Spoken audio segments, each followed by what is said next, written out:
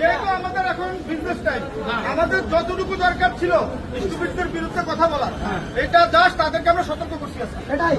আমরা তাদেরকে সতর্ক করছি, আরে ভাই আপনারাও ব্যবসা করে খান না, আমাদের পিছনে লাগবেন কেন?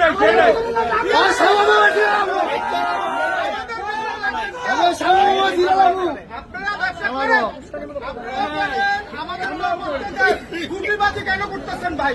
এই গুটিবাজি দিয়ে আমাদের সামনে দাঁড়াইতে পারবেন না। সারা বাংলাদেশের মোবাইল ব্যবসায় ছেড়ে কথা বলবেন না।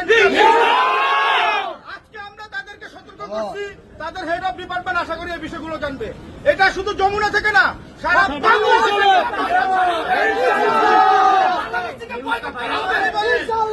আমাদের ব্যবসা যদি করতে না দেয়, প্রত্যেকটা মার্কেটের থেকে আমরা এই অফিসিয়াল ফোনের দোকান বন্ধ করে দেব। আগামী শনিবার, কালকে শুক্রবার, আগামী শনিবার বিকেল 3টায় আমাদের একটা ব্যবসায়িক মিটিং হবে।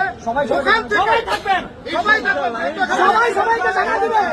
আমরা বিকেলে একটা মিটিং করব, পরবর্তী যে পদক্ষেপ নেওয়া দরকার আগামী শনিবারে ইনশাল্লাহ আমরা সবাইকে